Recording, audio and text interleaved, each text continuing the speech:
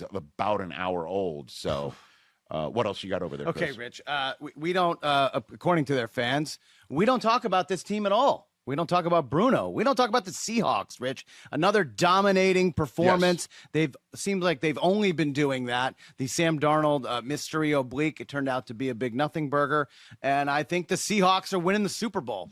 This is not an overreaction at all. They're the team to beat. Listen, this is not an overreaction at all. And if your quarterback has an oblique question going into a big-time playoff game. Whose album was that? Oblique question. A big oblique question, okay? What you should do is return the opening kickoff for a touchdown good and get the requisite amount of game-winning points 13 seconds into the game and let your defense do the rest.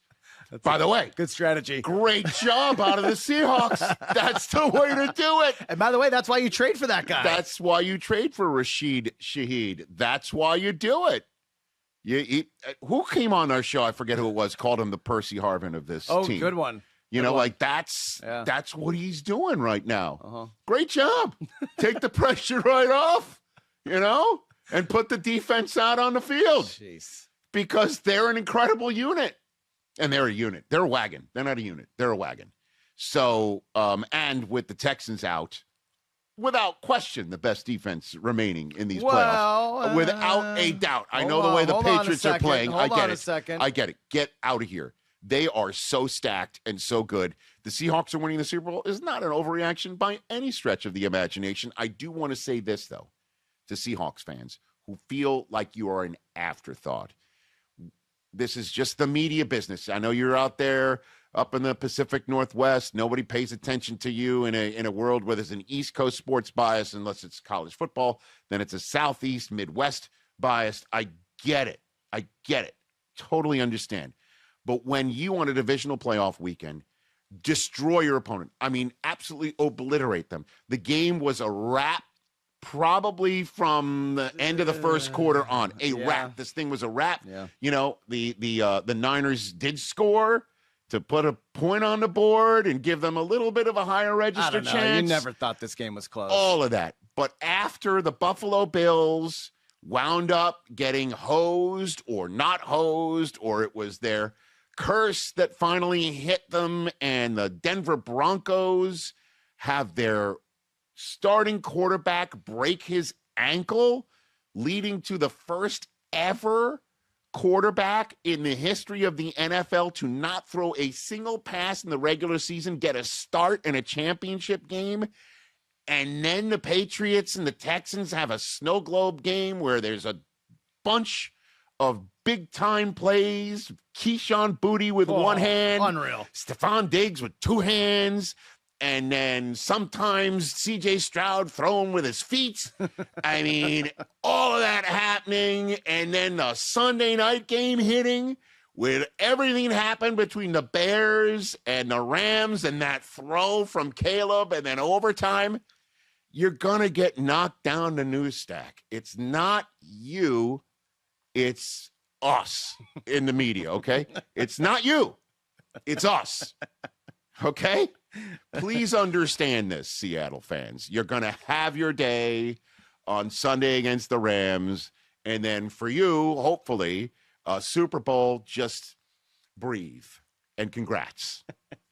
My message to Seahawks I like fans. it. I like it. Okay. I like it a lot. Okay. Let's talk about the snow game in Foxborough, Rich. Oh, man. That turned the Wayback Machine on for all Patriots fans, and had the Patriots defense, given early dynasty vibes, Rich Eisen. That's the reason New England's in the AFC title game. I did say to Cooper, my 14-year-old, who is a diehard Patriot fan, because Susie is from the Boston area. Of course.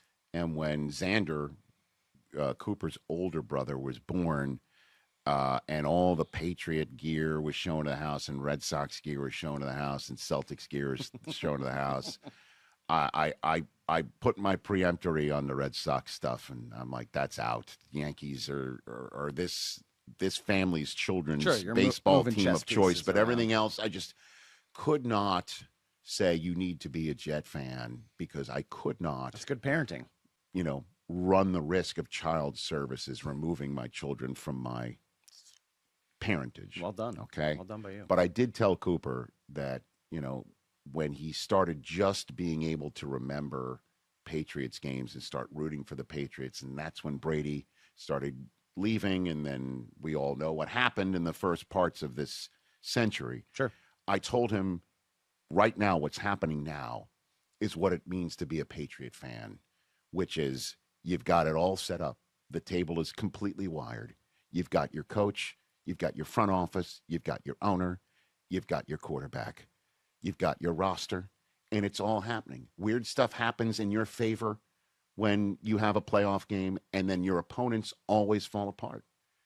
Your opponents will come in without their best wide receiver and then lose their best tight end and then lose their second tight end and lose their right tackle and lose their left guard, and their quarterback will stop remembering how to play football. That's a lot of things to put on a topic bar. And then you get the break of the century, which is the one seed that's welcoming you into their house loses their starting quarterback and must start a quarterback who hasn't thrown a pass in 2 years in the AFC Championship game. That's what it means to be a Patriot fan. Congratulations. You're finally realizing what it is. Just the topic bar, the defense is awesome and has been awesome. Hey, they've been great. No one's talking about it. Unbelievable.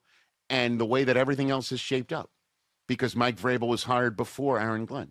Mike Vrabel is now the dean of AFC East head coaches. Oh, Mike Vrabel used the Jets to get a good deal from Bob Kraft. They're incredible. They can win the Super Bowl, too. All four teams in it right now. Agreed. The whole damn thing, including Jared Stidham and the Broncos. You never know. Okay. I won't even give a response to that topic, Bart. Man. To give you the satisfaction you're looking for. So salty. How dare you? Let's talk about C.J. Stroud, man. I don't know what that was this week. I don't know what it was last week. And it's been trending in the wrong direction for this guy, who's won a playoff game in each of his first three seasons. He's made the divisional round all 3 years. He has, but Houston should wait before giving him a max contract extension. That is, without question, a proper reaction. And again, this is not a Michigan-Ohio State thing. No, I get it. I really like find the too. kid impressive. Me too. All right? He can throw a beautiful football. And like I said, didn't have his number one wide receiver. Yep. Didn't have his number one tight end. He lost him after, by the way, Dalton Schultz had a 40-yard gain in the first quarter. Then you remove him. Then eventually you remove the second tight end. Yep. And part of that is because it was a slippery field. A little sloppy. And a hospital ball, whatever you want to call it. I don't want to put that on another human being. I don't like doing that, even though I kind of just did. Sure. But that's not what I take away from the game. I take away from the game that it was a legit conversation. And by the way, I don't know if anybody saw on our friends at ESPN and ABC the halftime chat. Oh, they were calling for Davis Webb and Marcus Spears. No, it was Davis Mills. Oh, Davis Mills. Yeah, it was Marcus Spears, Jason Kelsey, Ryan Clark with SVP. Hosting it. That was a real talk at halftime about. Spears saying, you got to have a talk with C.J. Stroud. Are you in there? Yeah. Essentially is what he was saying. And Ryan Clark was like, no, you can't have that conversation with him. This second half is about his ability to be still the quarterback of the Houston Texans with a contract up.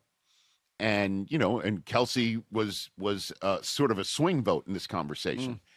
And it was real. It's a real talk, man, because, in the same way that owners are looking at the way other owners handling their business with coaches, they've got to look about how the other owners have handled their business with quarterbacks being paid for the second time and how Miami feels about their situation right now. Arizona, too. And what's up with all of this. And I think 100% the Texans will pick up CJ's fifth-year option and make him play year 4 out. Unless CJ wants to sign right now for like a Baker-type deal. Ooh. You want to sign for extra years at $30 million? Go for it. Let's talk about that. But you want 50, 55 million?